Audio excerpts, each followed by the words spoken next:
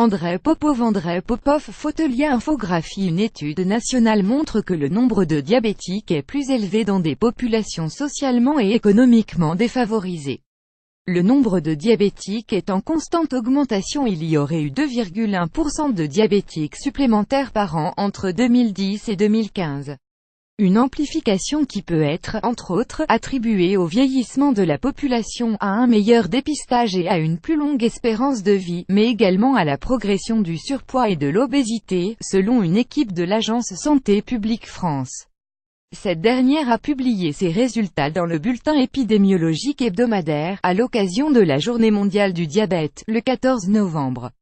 Leur étude montre que cette maladie, qui se définit par un excès chronique de sucre dans le sang, présente des disparités territoriales et socio-économiques. Premier constat de l'étude: le nombre de diabétiques est plus élevé dans des populations socialement et économiquement défavorisées.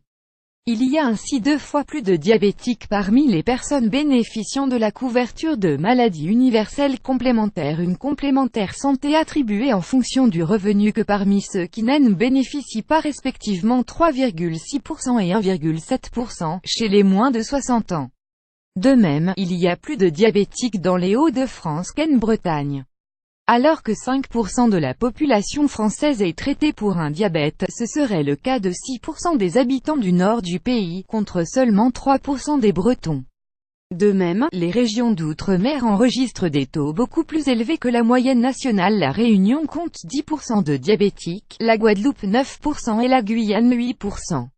Les régions dans lesquelles le nombre de personnes diabétiques est le plus élevé sont également celles où l'on trouve plus de populations ayant des difficultés socio-économiques. Ces populations sont plus touchées par le surpoids et la sédentarité, favorisant le diabète de type 2, explique le professeur Agnès Hartmann, chef du service de diabétologie de l'hôpital de la Pitié-Salpêtrière. Alors que le diabète de type 1, qui survient chez les enfants, n'est pas lié à un surpoids ou une obésité, le diabète de type 2 est, lui, souvent lié à un excès chronique de sucre et de graisse. 92% des personnes diabétiques ont un diabète de type 2. Le surpoids ou l'obésité favorise le risque de développer un diabète. Or la Seine-Saint-Denis a un des taux d'obésité les plus hauts de France, explique le professeur Paul-Élie Valency, chef de service à l'hôpital Avicenne et l'hôpital Jean Verdier, dans ce département où le nombre de diabétiques avoisine les 7%. Le surpoids et l'obésité peuvent être liés à la difficulté pour une famille dans une situation précaire de trouver des structures sportives, souvent trop chères, pour accueillir les enfants par exemple. Et la précarité est souvent difficilement compatible avec l'équilibre alimentaire, rappelle le professeur Agnès Hartmann.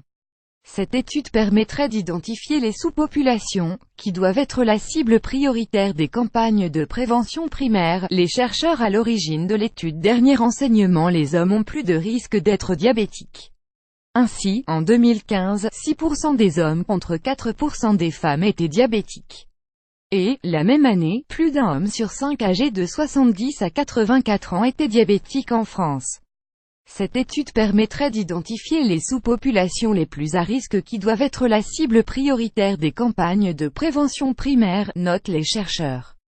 Au total, en 2015, 3,3 millions de Français étaient atteints de cette pathologie. Consultez nos fiches santé pour en savoir plus sur le diabète, les symptômes, les traitements.